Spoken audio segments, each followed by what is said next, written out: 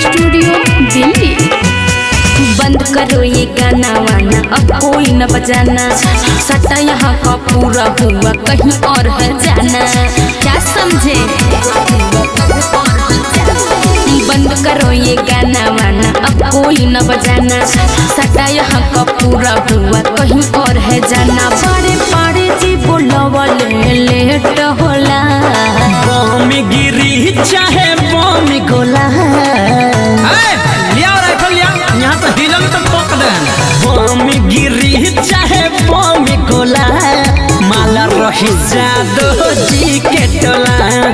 Rate चाही कितना तू जल्दी बोला, माला रही जादो जी के टोला। माँ वैष्णो रिकॉर्डिंग स्टूडियो दिल्ली।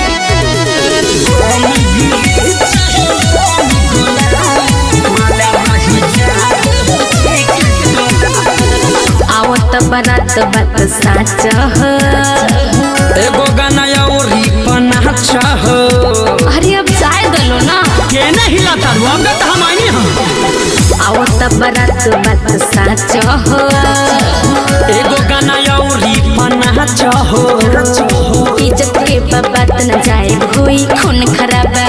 हिला भूत मार दी है गोली, ठोड़ी में बुढ़ऊ बाबा। खुशी के बाजो हर जोहनी खोला। बम गिरी चाहे बम गोला, है आता रे आहिया नाच। बम गिरी चाहे बम गोला, माला रही जादो जी के ही टोला। रेट चाही कितना तू जल्दी बोला, माले रही जादो जी के टोला। माला रही जादो जी के